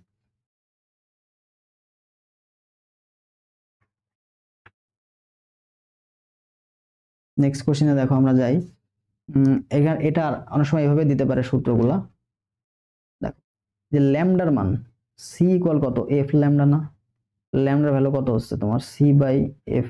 তো এখান থেকে এই ভ্যালুটা অনেক সময় বের করে দিতে পারে। এখানে দেখো এইচ ডিভাইড বাই হচ্ছে সি বাই ল্যামডা, তাহলে এখানে কি লেখা যায় H lambda divide by C, এটাও কিন্তু তোমার হয়, ঠিক আছে। অপশনে যদি এটা থাকতো তাহলে এটাও কিন্তু অ্যান্সার হতো, দুইটাই ইম্পর্টেন্ট, ঠিক আছে। ল্যামডার ভ্যালুটা এখানে বসাই দিলে ল্যামডা সমান কি সি বাই এফ বসাই দিলে কিন্তু এই মানটা চলে আসে, ঠিক আছে। সি বাই এফ আছে, এখানে এফ হবে তোমার, হ্যাঁ এখানে একটু ভুল হয়ে গেছে, সেটা হচ্ছে কারেকশন করে দিই, এটা তোমার হবে F, H F by C, H F C by F. Next question দেখো, একটি ইলেকট্রনের দ্বি ব্রগলি তরঙ্গ দৈর্ঘ্য দেওয়া আছে, ডি ব্রগলি তরঙ্গ দৈর্ঘ্য দেওয়া আছে, ঠিক আছে। তো ডি ব্রগলি তরঙ্গ দৈর্ঘ্যের ক্ষেত্রে আমরা কি জানি যে পি এটা সমান কত, এইচ ভাগ ল্যামডা, এই ল্যামডা ভ্যালু তোমাকে দেওয়া আছে, বা ল্যামডা এটা সমান আমরা জানি কি এইচ ভাগ পি তোমাকে দেওয়া আছে। তাহলে গতি শক্তি কত, গতি শক্তি কত, তাহলে গতি শক্তি বের করতে হবে। তাহলে গতি শক্তি বের করার সূত্র আমরা জানি কি E equal E square divide by 2m। এখানে তো তোমাকে বেগ দেওয়া নাই, এখান থেকে তুমি ভরবেগটা বের করতে পারবা। তাহলে আমরা কি এই সূত্র অ্যাপ্লাই করব। তাহলে দেখো lambda equal to H by P তোমাকে দেওয়া আছে, তাহলে পি সমান কত হবে, পি সমান তোমাকে এইচ বাই ল্যামডা এটা বের করতে হবে। তাহলে এইচ ভাগ ল্যামডা, এইচ এর মান কত 6.63 into 10 to the power 34 divide by ল্যামডার ভ্যালু কত আছে 2 গুণন 10 টু দি মাইনাস 2, তাহলে 2 দিয়ে এটাকে কাটো, তাহলে কত হচ্ছে 3.315 এরকম একটা মান আসে, ঠিক আছে। ইনটু এই মাইনাস 2 কে উপরে চলে যাবে, তাহলে যোগ হয়ে গেল, তাহলে 10 টু দি পাওয়ার মাইনাস 32, এটার মান তুমি পেলো ভরবেগ, ভরবেগের উপর স্কয়ার ডিভাইড বাই 2m। এমটা কি ইলেকট্রন না, ইলেকট্রনের ভর তো মনে থাকার কথা 9.8 ইনটু 10 টু দি পাওয়ার 31, তাহলে এখানে আমরা পি স্কয়ার করব, তাহলে 3.31 into 10 to the power minus 32 এর উপর স্কয়ার, ঠিক আছে, ডিভাইড বাই তোমার 2m, 2 গুণন 9.1 into 10 to the power minus 31। তাহলে এখান থেকে ক্যালকুলেশন হবে 3 তিরিকে 9, তাহলে 9 নং 81, 9 পয়েন্ট সামথিং তুমি এখানে পাইলা, ঠিক আছে। তারপর পাওয়ার দেখো কত হচ্ছে, এই 2 গুণ, তার মানে কত মাইনাস 64 ডিভাইড বাই 2 গুণন 9.1 সামথিং, ঠিক আছে।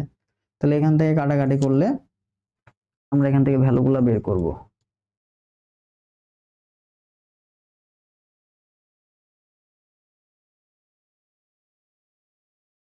আচ্ছা, তো এখানে ভ্যালুগুলো তোমার কাছাকাছি, যেহেতু এখানে তোমার এখানে 1 এর থেকে একটু ছোট মান আসবে, তাহলে 2 দিয়ে কাটলে 0.5 হয়, 0.5 থেকে একটু বড় 6 পয়েন্ট সামথিং আসবে। তো এখানে তোমার অ্যান্সারটা চলে আসে 6.63 into 10 to the power minus 34, হ্যাঁ কাটাকাটি করলে এই মানটা চলে আসে 31 আসে, এবার বিয়োগটা হয়ে গেলে এই মানটা চলে আসে। পরবার নিচের কোনটি ভর শূন্য, ভর শূন্য হচ্ছে তোমার যে গামা রশ্মি, এই গামা রশ্মির ভরটা শূন্য। মহাশূন্যযান কত দ্রুতিতে ভ্রমণ করলে মহাশূন্য 2 দিন অতিবাহিত হলে পৃথিবীতে 4 দিন, তাহলে ভি এর মানটা কত, V equal to root over 1 minus ছোট মান কত 2, বড় মান হচ্ছে 4, এর উপর স্কয়ার গুণন হচ্ছে, তাহলে এখান থেকে হাফ হচ্ছে না, তাহলে হাফ, এই অনুপাত হাফ হয়ে গেলে আমরা জানি কি বেগ কত হবে √3/2 ইনটু সি, বা এটার সমান আমরা কি লিখতে পারি যে 2.6, অ্যাকচুয়ালি 2.6 হবে, তাহলে এটা সমান হচ্ছে আমাদের 2.6 into 10 to the power 8 metre per second.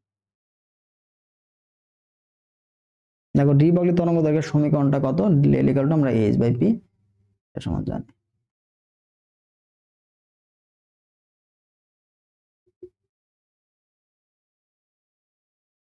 অর্ধ জীবন তোমাকে দেওয়া আছে 1590, এর গড় জীবন কত বছর। তাহলে অর্ধায়ু এবং গড় জীবনের মধ্যে আমাদের যে সম্পর্ক সেটা আমরা জানি যে টাউ, এই টাউ এটার সমান আমরা জানি হচ্ছে t half, t half divide by হচ্ছে 0.693, ঠিক আছে, এটা হচ্ছে আমাদের সূত্র। তো তোমার কি যদি অর্ধায়ু দেওয়া থাকে সেখান থেকে তোমরা গড় জীবন বের করতে পারবে এটা, ঠিক আছে। আবার যদি তোমাকে অর্ধায়ু দিয়ে দেয়, বললো যে গড় জীবন কত, তখন তুমি টাউটাকে ট্রান্সফার করে মান বের করতে পারবা। তো এখান থেকে দেখো আমাদের অর্ধায়ু দেওয়া আছে কত 1590 ডিভাইড বাই আমরা 0.693। তো এখন ঘটনা হলো আমরা এখানে কাছাকাছি একটা মান বের করে ফেলতে পারতাম। দেখো 0.693 এটাকে তুমি 7 ধরতা, 1590 তাহলে 1590 এটাকে আমরা 1600 ধরতে পারবো, 1600 ধরলাম, তাহলে 16কে 7 দিয়ে ভাগ করবা, 16 ভাগ 7, তাহলে এটা কয়বার যায়, এখানে 2 বার যাচ্ছে, তাহলে বাকি থাকে 2, তাহলে 20 দশমিক আমরা নিলাম, তাহলে 2 দশমিক দেখো 20, তাহলে 20 এর মধ্যে আবার কয় 3 7 21, তাহলে আবার 2 বার যাচ্ছে, এইভাবে 2.2 সামথিং আসে, 22 আসে, এটা ফিক্স, ঠিক আছে 22 দশমিক আসে। তারপরে কিন্তু খুব কাছাকাছি মান আসে, ঠিক আছে, তারপর আবার 20, তখন আবার এইভাবে চলতে থাকবে। তো কাছাকাছি মান ধরে তোমার কিন্তু অ্যান্সার বের করা খুবই টাফ। অর্থাৎ প্রথম এই তিন ডিজিট তোমার মিলে যাবে, এই লাস্টে সে 4 হবে না 0 হবে এটা তুমি মিলাইতে পারবা না, ঠিক আছে? তো এর মধ্যে কনফিউশন তোমার কাজ করবে যে তোমার সি নাম্বার অ্যান্সার নাকি ডি নাম্বার অ্যান্সার, এটা তোমার কনফিউজ কাজ করে দেবে। তো এক্সাক্ট মান বের করাটা কিন্তু টাফ হয়ে যাবে, ঠিক আছে? এক্সাক্ট মান বের করাটা অনেকটা সময় সাপেক্ষ, তোমাকে এখানে টোটালি ক্যালকুলেশন করতে হবে। তো যদি এরকম প্রশ্ন দেখো, আমরা কিন্তু বেশ কিছু প্রশ্ন দেখছি, যদি তোমার হাতে সময় থাকে তবেই তুমি এই ক্যালকুলেশনগুলো করবা। অযথা তুমি অন্য প্রশ্ন যদি পারো সহজগুলো সেগুলোকে দাগায় আসবা, তারপরে হাতের সময় থাকলে এই টাইপের প্রশ্নগুলো সলভ করবে, বিশেষ করে এই ক্যালকুলেশনগুলো খুব কাছাকাছি মান দেওয়া থাকলে। যদি আমার এখানে 2400 দেওয়া থাকতো আমি কিন্তু ইজিলি বলতে পারতাম যে আমার এটা উত্তর, কারণ আমার 22 9 এটা মিলে গেছে, বাকি ডিজিটটা না মিললেও সমস্যা নেই, বা শুধুমাত্র 22 মিললেও আমি অ্যান্সার করতে পারতাম। দেখো সবগুলো 23, মানে ডিজিট দুই ডিজিট যদি ভিন্ন ভিন্ন থাকতো। তো এরকম না থাকলে এক্সাক্ট ক্যালকুলেশন লাস্ট ডিজিটটা মিলানো তোমার জন্য কিন্তু অনেক টাফ হয়ে যাবে, বিশেষ করে এই দশমিকের ক্ষেত্রে, ঠিক আছে? পরবর্তী প্রশ্ন দেখো, কোনো একটি যৌগের মধ্যে দুই একই উপাদানের কিছু তেজস্ক্রিয় পদার্থ বিদ্যমান আছে।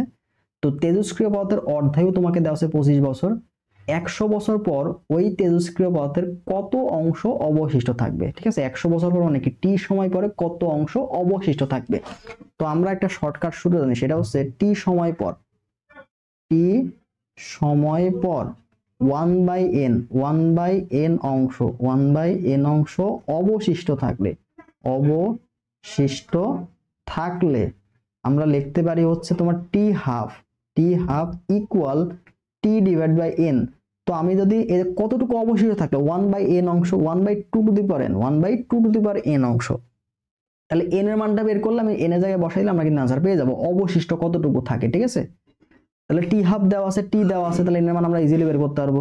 তাহলে দেখো এখানে শর্টকাট আমরা কি, টি সময় পর 1/2n অবশিষ্ট থাকলে, আর টি হাফ অধ্যায় যদি দেওয়া থাকবে, তোমাকে দেওয়া থাকবে n এর মানটা বের করো। আবার তোমাকে বলবে যে অবশিষ্ট আছে এত গুণ, তাহলে তোমার অর্ধায়ু কত হবে? তাহলে অবশিষ্ট মনে করো তোমাকে বললো যে 1/32, তাহলে 1/32 অবশিষ্ট থাকলে এটাকে আমরা 2 টু দি পাওয়ার 5 লিখলাম, তাহলে 5টা হচ্ছে n এর মান, তখন n এর মান বসে টি হাফের মান বের করতে পারবা। বা কত সময় পর এত গুণ হবে, মানে টি বের করতে বলো বা টি হাফ বের করতে বলো বা n বের করতে বলো, এই সূত্র দিয়ে তোমরা করতে পারবা, ঠিক আছে? অবশিষ্ট অংশ বা কত সময় পর 1/2 টু দি পাওয়ার n অংশ হবে বা টি হাফের মান কত, ইজিলি এই সূত্র থেকে বের করা যাবে। তাহলে আমাদের লাগবে কি n এর মান, তাহলে n, কারণ আমরা অবশিষ্ট কতটুকু এটা বের করব।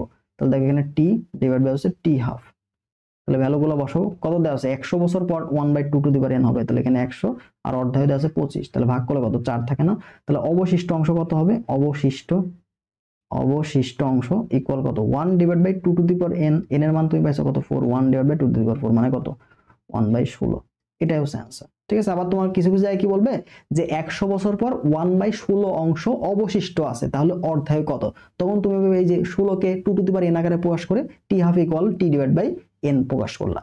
আবার তোমাকে বললো যে অর্ধায়ু 25 বছর, তাহলে কত বছর পরে এই তেজস্ক্রিয় পদার্থটা 1/16 গুণ হবে, কত বছর পরে, তার মানে তোমাকে টি এর মান বের করতে বলবে, ঠিক আছে? তো তুমি অবশিষ্ট মানটা তোমার জন্য ইম্পর্টেন্ট, ঠিক আছে? অবশিষ্টটাকে 2 টু দি পাওয়ার n আকারে প্রকাশ করে এই সূত্র অ্যাপ্লাই করে ইজিলি টি হাফ টি অথবা n বের করতে পারবা। পরবর্তী প্রশ্ন দেখুন, উচ্চ আসা একটা প্রশ্ন, নিউক্লিয়ার ফিশন বিক্রিয়ায় নির্গত শক্তিটা কি? নির্গত শক্তিটা মূলত ফিশন ভগ্নাংশ, নিউটনের গতিশক্তি টাইপের এইটা, ঠিক আছে? তাহলে ফিশন ভগ্নাংশ ও নিউটনের যে গতিশক্তি, এই দুইটার সমন্বয়ে নির্গত শক্তি। দেখো 15 দিনে দিন মানে কি, এটা টি দেওয়া আছে, 15 দিনে বিসমাথের তেজস্ক্রিয়তা কার্যকারিতা 1/8 নেমে আসে মানে কি, অবশিষ্ট আছে, কতটুকু অবশিষ্ট আছে, 1/8 অংশ অবশিষ্ট আছে। তাহলে বিসমাথের অর্ধায়ু কত, তাহলে অবশিষ্ট পার্ট তোমাকে দেওয়া থাকলে তুমি কি করবা, 1/8 অবশিষ্ট না, এটাকে আমরা কি 1/2 টু দি পাওয়ার কিউবে কনভার্ট করলাম। তাহলে আমাদের n এর মানটা কত, n এর মানটা 3 আমি পাচ্ছি, ঠিক আছে? তাহলে আমরা এখান থেকে জানি যে টি হাফ এবং টি n এর মধ্যে সম্পর্ক টি ডিভাইড বাই n। তাহলে এখানে দেখো কয় বছর পর, 15 দিন পর, 15 দিন, 15 ডিভাইড বাই 3, তার মানে কত, দেখো 5 দিন। এই যে 5 দিন, এই 5 দিনই হচ্ছে কি আমাদের অর্ধায়ু, ঠিক আছে? অর্ধায়ু হচ্ছে কয়দিন, 5 দিন। খুব ইজিলি আমরা এই টাইপের প্রশ্নগুলো সলভ করতে পারি।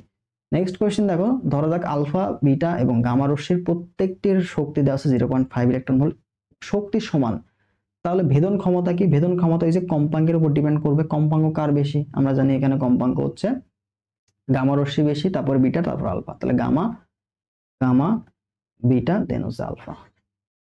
নেক্সট কোশ্চেন আমরা দেখি, একটা ধারক প্রতি সেকেন্ডে, প্রশ্নটা খুব ইন্টারেস্টিং, প্রত্যেক সেকেন্ডে অর্ধেক হয়, তাহলে 5 সেকেন্ড পরে কতটুকু হবে? দেখো প্রত্যেক সেকেন্ডে অর্ধেক হচ্ছে, তাহলে এক সেকেন্ডে কতটুকু হচ্ছে, এক সেকেন্ডে তোমার হয়ে যাচ্ছে n0, ঠিক আছে? n0 N not divide by হচ্ছে 2, মানে অর্ধেক হয়ে গেল।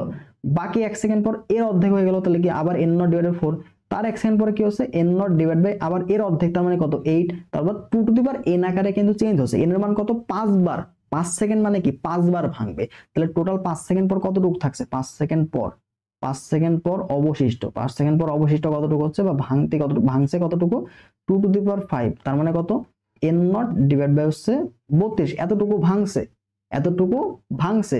তাহলে এই চার্জের মান তোমাকে বলছে কিউ, মানে 5 সেকেন্ড পর যতটুকু চার্জ থাকে তার মান কত কিউ, তার মানে n নট বাই 32 এর ভ্যালু কত, এর ভ্যালু হচ্ছে কিউ। তাহলে আমরা অতএব বলতে পারি যে n নট বাই 32 এটা সমান কত হবে কিউ।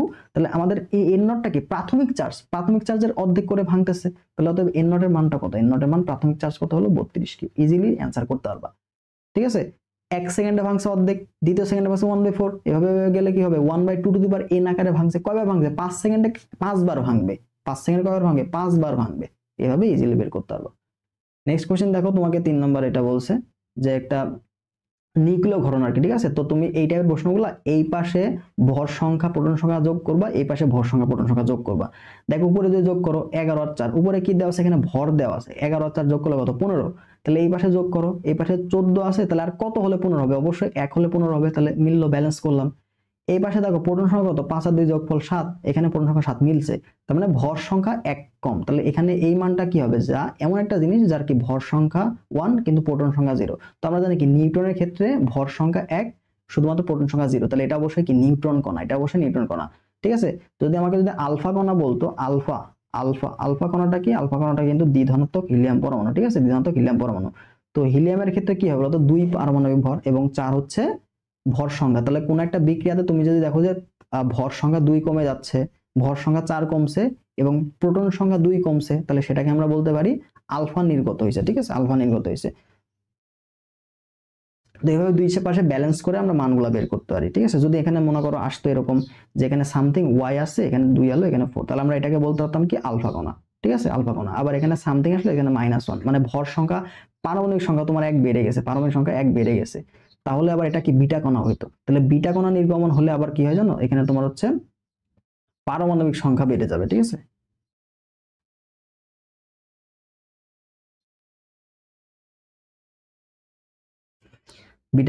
বিটা কণা নির্গমন মানে কি পারমাণবিক সংখ্যা বৃদ্ধি পায়, যে ই মাইনাস, ঠিক আছে, পারমাণবিক সংখ্যা 1 বৃদ্ধি পেয়ে যাবে, এটা কিন্তু গুরুত্বপূর্ণ। তো নিউক্লিয়ার বিক্রিয়া হলে কখন কোনটা ভাঙবে এবং ভাঙলে কি নির্গমন হবে, এই জিনিসগুলা ইম্পর্টেন্ট। নেক্সট কোশ্চেন দেখো, রেডিয়াম গড় আয়ু ও অর্ধায়ু, রেডিয়াম নট অনলি রেডিয়াম, যে কোনো কিছুর ক্ষেত্রে গড় আয়ু এবং অর্ধায়ুর যে অনুপাত সেটা 1.44। কিভাবে দেখো, নরমালি আমরা কি গড় আয়ু এবং টি হাফ এর মধ্যে যে সম্পর্ক সেটা কত 0.693, তাহলে আমরা গড় আয়ু ডিভাইড বাই হচ্ছে টি হাফ, এর অনুপাত কত হচ্ছে 1 ডিভাইড বাই 0.693, তো এটার ভ্যালু কত 1.44, ঠিক আছে। তো এটা যে কোনো মানের জন্য এটা ফিক্সড, যে কোনো মানের জন্য এটা ফিক্সড একটা ভ্যালু, ঠিক আছে। যে কোনো রেডিয়াম হোক ইউরেনিয়াম হোক যাই হোক না কেন, তোমাকে জাস্ট রেডিয়ামটা বলে তোমাকে কি করেছে একটু মানে ঝাঁকাচ্ছে যে তুমি আসলে জানো কিনা, ঠিক আছে, একটু কনফিউজ করেছে, আসলে এটার কোনো কাজই নাই, জাস্ট গড়ে অর্ধের অনুপাতটাই হবে 1.44, ঠিক আছে। কোন তেজস্ক্রিয় পদার্থের 10% ক্ষয় হতে 5 দিন সময় লাগে, তবে 20 দিন পর সম্পূর্ণ অংশের কত ভাগ অবশিষ্ট থাকবে, ঠিক আছে, এটা কিন্তু খুবই গুরুত্বপূর্ণ। তাহলে তোমাকে 5 দিন সময় লাগছে কি 10% ক্ষয় হতে, তাহলে 20 দিন পর কতটুকু ভাঙবে, 20 দিন পর কতটুকু ভাঙবে এটা আমাদের বের করতে হবে। তো আমাদের সময় আছে কতটুকু 10% আর 20 দিন পর কতটুকু সময় বের করতে হবে, সেখান থেকে আমরা খুবই ইজিলি বের করতে পারবো, এটা প্রশ্ন।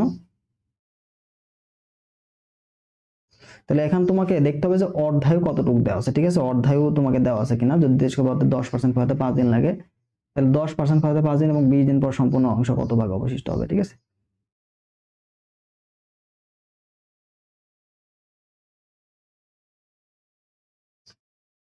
এখানে প্রশ্নটা একটু ভুল থাকতে পারে, কারণ 10% ক্ষয় এটা হবে না, ঠিক আছে, এখানে তোমার হয়তো 50% হবে, কারণ অর্ধায়ু তোমার এটা পাস হইতে হবে, অর্ধায়ু।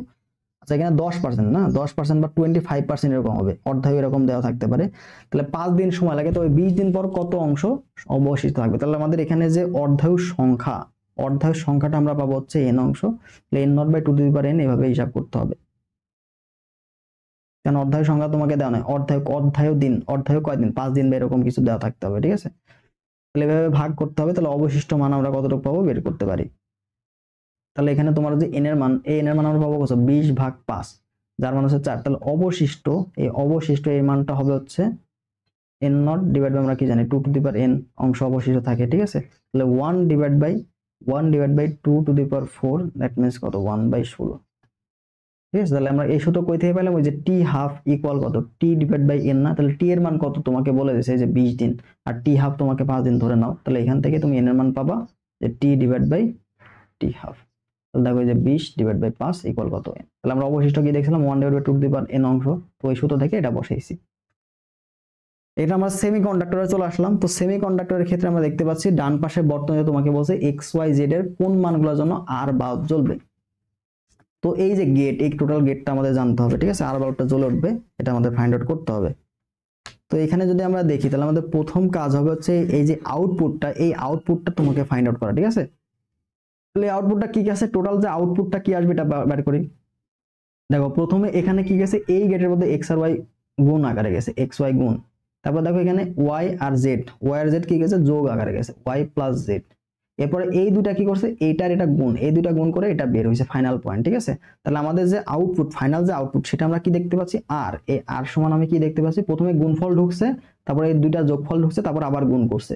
তার মানে X Y into Y plus Z, এরকম একটা ঘটনা তোমার ঘটছে এই লাস্ট মোমেন্টে এসে। তাহলে এইটাকে আমাদের কি করতে হবে, সরল করতে হবে। তাহলে আমি যদি সরল করে দিই তাহলে দেখো এখানে ভ্যালুগুলো পাবো, ওয়াই ইন্টু ওয়াই মানে আলটিমেটলি বুলিয়ান আমরা ওয়াই পাবো, ঠিক আছে। ওয়াই ইন্টু ওয়াই মানে ওয়াই পাবো, আর এখানে দেখো কি পাচ্ছি X Y plus X Y Z, ঠিক আছে। এই ভ্যালু আমি পাইলাম।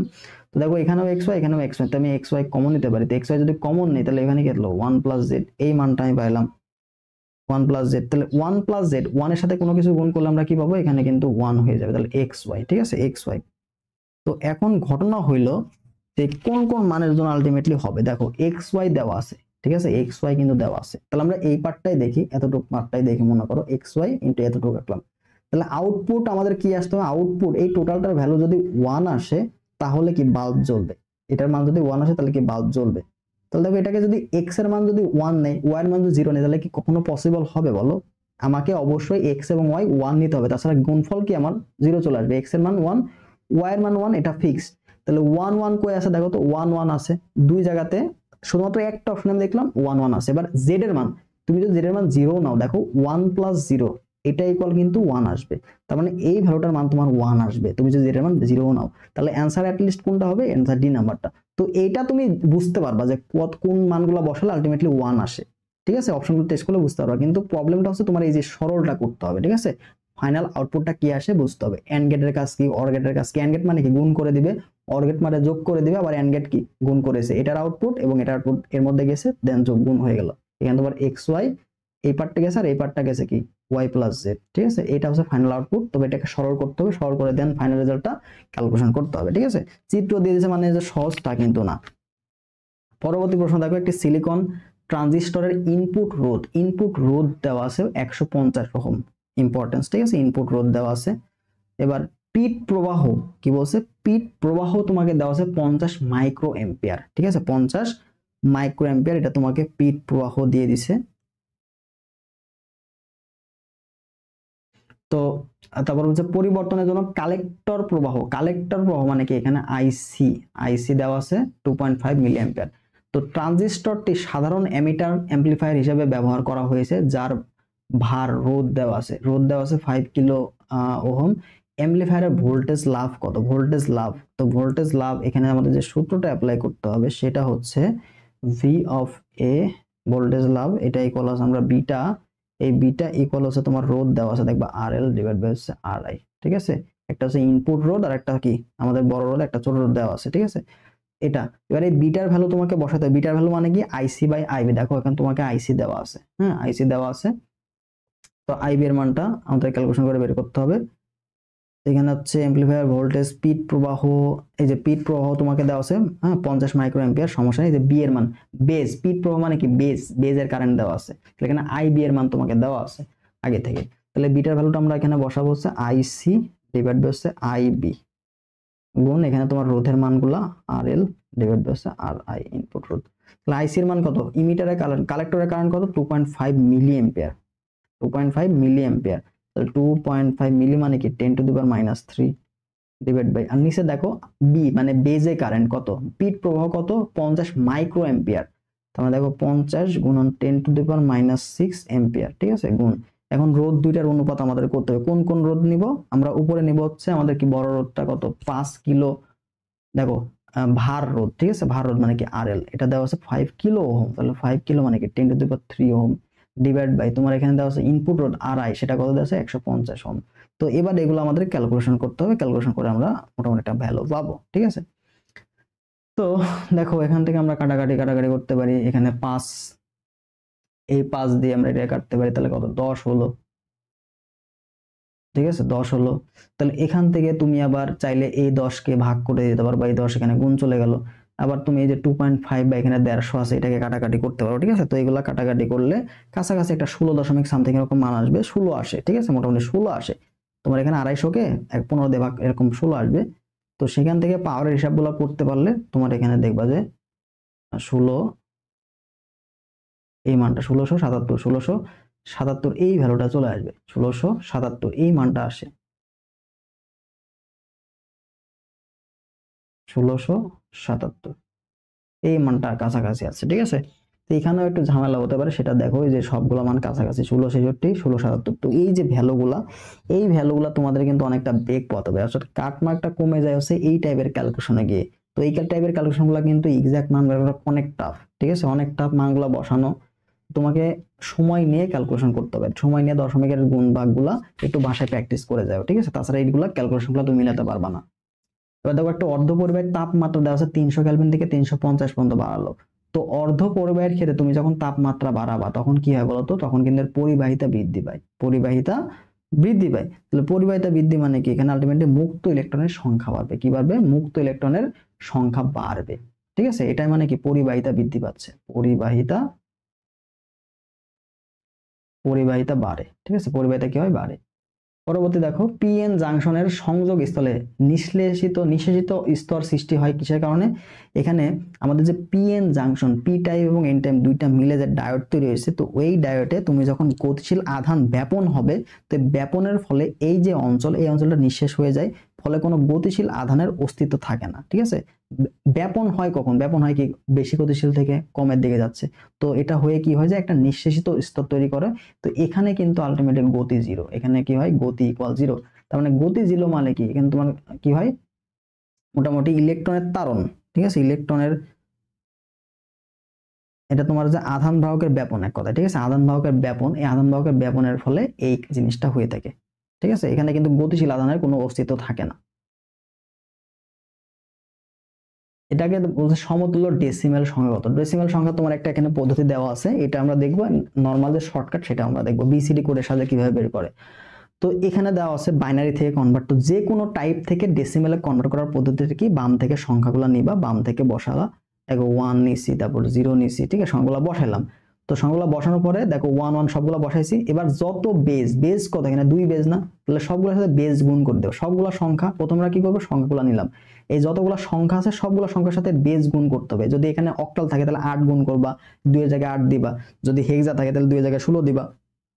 তাহলে কি করলাম, যে গুণ করলাম 2, তারপর দেখো যোগ 0 গুণ 2 যোগ আবার 1 গুণ 2 যোগ 0 গুণ 2 যোগ 1 গুণ 2 আবার যোগ 1 গুণ 2। এবার কাজ কি, এই সর্বশেষ থেকে 0 থেকে শুরু করবা, অর্থাৎ তোমার যে বেজের পাওয়ার শুরু করবা 0 থেকে, তারপর 1, তারপর 2, তারপর 3, তারপর 4, তারপর 5, এই ক্যালকুলেশনগুলো করতে হবে, যেটা করা আমাদের জন্য, তুমি চাইলে ক্যালকুলেশনগুলো ইজিলি করতে পারো। দেখো 5 32, এখানে 32 হয়ে গেল, এখানে 0, তাহলে এটা কি 32 হইলো, তারপর দেখো এটা 0 হয়ে যাবে, দেন এটা 8, এভাবেও করতে পারো, 43 এভাবেও হয়ে গেল। তাছাড়া আরেকটা পদ্ধতি আছে, দেখো এখানে কয়টা ডিজিট আছে, একটা, দুইটা, তিনটা, চারটা, পাঁচটা, ছয়টা, তাহলে 6 ডিজিটের একটা বিসিডি কোড নিতে হবে। কিভাবে নিব, প্রথমে আমরা 1 থেকে শুরু করব, 1 নিলাম, তাহলে এই পাশে তার ডবল 2, তারপরে সে ডবল 4, এর ডবল 8, এর ডবল কত 16, তাহলে 2 এখানে 3 5, 5 বিটের কিন্তু হয়ে গেল। এবার নিচে যে মানগুলা বসাও, ঠিক আছে, নিচে মানগুলা বসাবা। তাহলে এখন কথা হইলো, যখন তুমি নিচে যে মানগুলা বসাবা তখন দেখো আলটিমেটলি কি হচ্ছে, তখন মানগুলো তুমি কোন কোন রাশি পাচ্ছ, দেখো তো এখানে তুমি অ্যাক্টিভ কে কে আছে, 1 অ্যাক্টিভ আছে, এটা অ্যাক্টিভ আছে, তারপর দেখো 0, তারপরে দেখো এটা অ্যাক্টিভ আছে, তারপর এটা 0, সেখানে টোটাল কয় 2 বিট 4 বিট 6 বিট আছে, সেখানে একটু ভুল হয়ে গেছে তাহলে।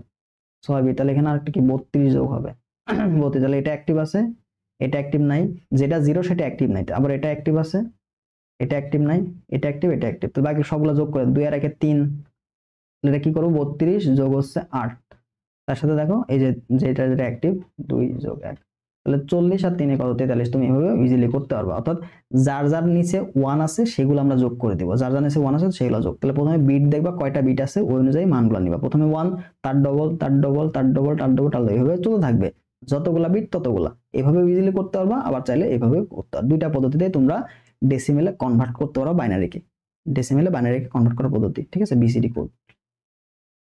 পরবর্তী দেখো এখানে একটা অক্টাল সংখ্যা দেওয়া আছে, এটাকে কিভাবে হেক্সাডেসিমালে কনভার্ট করতে হবে, তো তুমি ডিরেক্ট অক্টাল থেকে হেক্সাতে কনভার্ট করতে পারবে না, ঠিক আছে, অক্টাল থেকে তোমাকে কি করতে হবে, মাঝখানে বাইনারিতে কনভার্ট করতে হবে, ঠিক আছে, এটা হচ্ছে বাইনারি মাধ্যম, এই মাধ্যম দিয়ে দেন তোমাকে হেক্সাতে কনভার্ট করতে হবে, ঠিক আছে, তাহলে ডিরেক্ট আমরা অক্টাল থেকে হেক্সাতে যেতে পারবো না, কি করতে হবে, মাঝখানে আমাদের বাইনারিতে কনভার্ট করতে হবে দেন হেক্সা।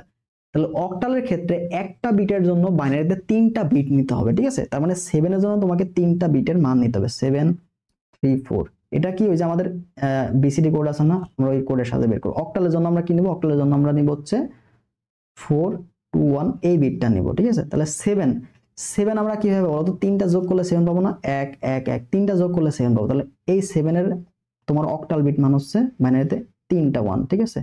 এবার 3 আসো, 3 কিভাবে পাবো বলো তো, 3 এই 3 পাবো কি 2 আর 1 যোগ করলে না, তাহলে 2 আর 1 যোগ করলাম, 2 আর 1 যোগ করলাম, এটা এটা যোগ, তাহলে অবশিষ্ট কি এটা 0 হয়ে যাবে, তাহলে 3 এর বাইনারি মান কত, 3 এর বাইনারি মান হচ্ছে 0 1 কত, এটা অক্টালের ক্ষেত্রে, অক্টালের ক্ষেত্রে আমরা কি নিব 3 বিটের মান নিব, ঠিক আছে, 3 বিটের মান, নরমালি 3 এর জন্য 1 1 নেই, এক ঘর পূরণের জন্য আমরা কি 0 নিয়ে নিব, 3টা বিট অবশ্যই নিতে হবে। 4 এর জন্য কি করব বলতো, এটা নিব না, বাকিগুলো সব 0 0 না, বাকিগুলো সব 0 0, তাহলে কি হলো 1 0 0 1 0 0, তাহলে এটা ভ্যালু কত হলো 1 0 0, তো এটা তুমি বাইনারিতে কনভার্ট করে ফেললা, দেখো কত আসলো 1 1 1 0 1 1 1 0 0, তুমি কিন্তু বাইনারিতে কনভার্ট করে ফেলছো। এবার তোমার কাজ হচ্ছে হেক্সার জন্য প্রত্যেকটা 4 বিট নেওয়া, কি করা, বাম থেকে 4টা করে বিট নেওয়া, 4টা করে বিট নিয়ে তোমাকে হেক্সাতে কনভার্ট করতে হবে। দেখো 1টা 2টা 3টা 4টা, এই 4টা বিট আমরা আলাদা করলাম, এই 4টা বিট আলাদা করলাম, এটার জন্য মান বসাবো, এখানে হেক্সার বিটের মান বসাবো, তারপর 1টা 2টা 3টা 4টা, এই 4টার জন্য তুমি একটা মান বসাবা, ঠিক আছে, এখানে। আর যেহেতু 1 এর সামনে কি কোনো পয়েন্ট আছে, তাহলে 4 ঘর পূরণ করতে হবে, তাহলে আমরা কি এখানে 3টা শূন্য নিব, 3টা শূন্য নিয়ে এটা একটা পয়েন্ট বসাবো, তাহলে এটা কি 1 না, এটা হচ্ছে 1, তারপর দেখো এটা কি হচ্ছে 1 1, তো যখন হেক্সা, এই হেক্সার জন্য কি বসাবো, হেক্সার জন্য আমাদের 4 বিট নিতে হবে না, তাহলে হেক্সার জন্য আমরা 8 4 2 1 এটা বসাবো, ঠিক আছে, 8 4 2 1, এই 1টা একটু দূরে হবে, 21 হয়ে গেছে এখানে, 8 4 2 1, ঠিক আছে। তাহলে দেখো কার কার নিচে 1 আছে, প্রথম দুইটার নিচে 1 1 1, তারপর 0 1, তার মানে কি এটা অ্যাক্টিভ, এটা অ্যাক্টিভ, এটা ইনঅ্যাক্টিভ, এটা অ্যাক্টিভ, তার মানে 8 4 12 12 আর 1 13, তো 13 তে আলটিমেটলি কি হয়, তো হেক্সাতে তোমার হেক্সাতে কি হবে 9 পর্যন্ত আসবে, তো যখন 10 হবে 10 এর বদলে আমরা a লিখবো, 11 বদলে কি লিখবো b লিখবো, 12 বদলে কি লিখবো c লিখবো, তারপর 13 বদলে কি লিখবো d লিখবো, 14 বদলে কি লিখবো d e লিখবো, এবং 15 বদলে লিখবো হচ্ছে f, তাহলে আমাদের যোগফল 13 আসছে, 13 বদলে কি লিখবো d লিখবো, তাহলে আমরা এখানে কি পেলাম, এখানে পেলাম 1d, তারপর দেখো এখানে 1 1 0, তার মানে প্রথম দুটো অ্যাক্টিভ, প্রথম দুটো অ্যাক্টিভ মানে 8 4 12, 12 এর জন্য কি পাবো c পাইলাম, তাহলে এখানে কি হলো c হলো, তাহলে এই যে 1dc হেক্সা, এটা হচ্ছে মূলত তোমার হেক্সাতে কনভার্ট। তাহলে দেখো 1dc কই আছে, 1dc আমাদের ডি নাম্বার অপশন আছে, ডি নাম্বারটা, ঠিক আছে। তো এটা আসলে ডিটেইলসটা বোঝানোর মতো এখন সময় নাই, তো তুমি চাইলে পরবর্তী আগের ভিডিওগুলো দেখে ট্রান্সফর্মটা শিখে নিতে পারো, ঠিক আছে। পরবর্তী দেখো দ্বিমুখী প্রবাহকে একমুখী করার জন্য আমরা কি করব, এটাকে ক্যাপাসিটর ব্যবহার, সরি ডায়োড ব্যবহার করা হবে, ঠিক আছে, ডায়োড আমরা কি করি একমুখী প্রবাহে কনভার্ট করার জন্য ডায়োড ব্যবহার করি। ট্রানজিস্টর কেন ব্যবহার করা হয়, অ্যাম্পলিফায়ার হিসেবে, বিবর্ধক, এটাকে বিবর্ধক হিসেবেও ব্যবহার করা হয় ট্রানজিস্টর, ঠিক আছে। আর ডায়োডটা কি, ডায়োডটা হচ্ছে একমুখী প্রবাহ, দ্বিমুখী প্রবাহ, আমরা এখান থেকে তোমার এসি থেকে কি করতে পারি, এসি থেকে ডিসি তে কনভার্ট করতে পারি, ডিসি, ডিসিটা কি একদিকে যাচ্ছে। এবার দেখো একটি ট্রানজিস্টরে তোমাকে বলছে আইই দেওয়া আছে, অর্থাৎ এমিটারে কারেন্টের মান দেওয়া আছে 1.5 মিলি অ্যাম্পিয়ার, আইসি কালেক্টরে কারেন্ট দেওয়া আছে 1 অ্যাম্পিয়ার, আলফার মানটা কত, তাহলে আইসি বাই আই এটা আমরা অ্যাপ্লাই করতে পারি, ঠিক আছে। তো এখান থেকে আলফার ভ্যালুটা তোমাকে বের করতে হবে, এটা আসছে তোমার বরিশাল বিশ্ববিদ্যালয়ে।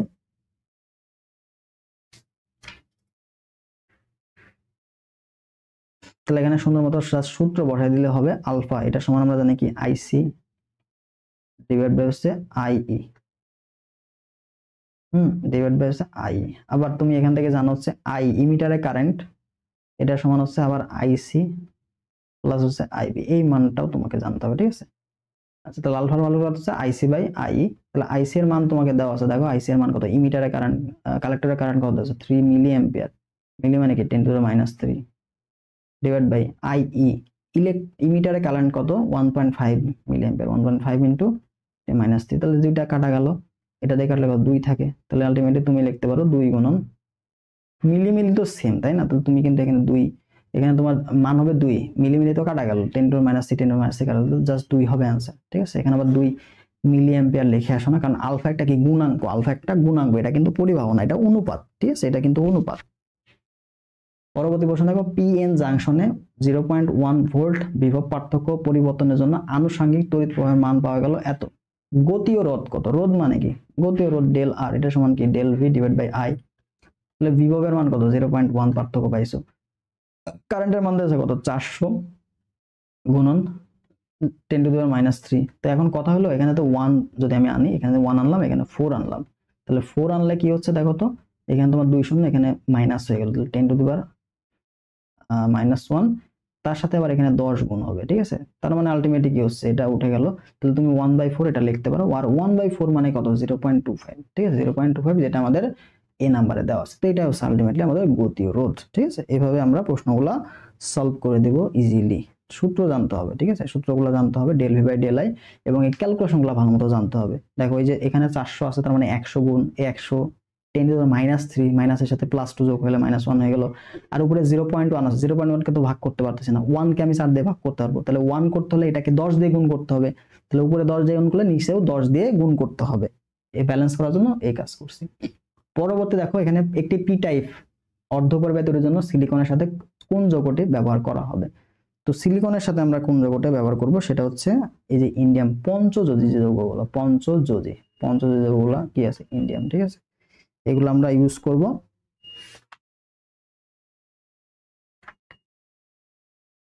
এখান থেকে আরো যে মৌলগুলো তুমি ব্যবহার করবা সেটা হচ্ছে দেখো পি টাইপের ক্ষেত্রে,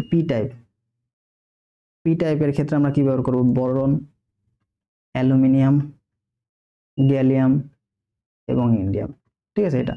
এবং এন টাইপের ক্ষেত্রে আমরা কি ব্যবহার করব, এন টাইপের ক্ষেত্রে আমরা ব্যবহার করব দেখো ফসফরাস, আর্সেনিক, সিলিকন, সরি এখানে অ্যান্টিমনি, বিসমাথ, এই টাইপের এগুলো আমরা ব্যবহার করব, ঠিক আছে। এগুলো হচ্ছে কি, এগুলো ব্যবহার করলে আমরা কি করব, এন টাইপের অর্ধপরিবাহী তৈরি করব।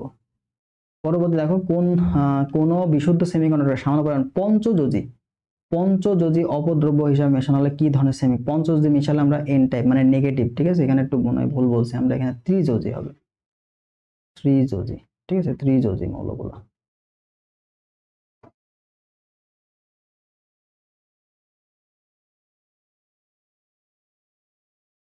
ত্রিযোজী হচ্ছে পি টাইপ এবং পঞ্চযোজী হচ্ছে এন টাইপ। এন টাইপের কোনগুলো ব্যবহার হবে এটা তো বললাম।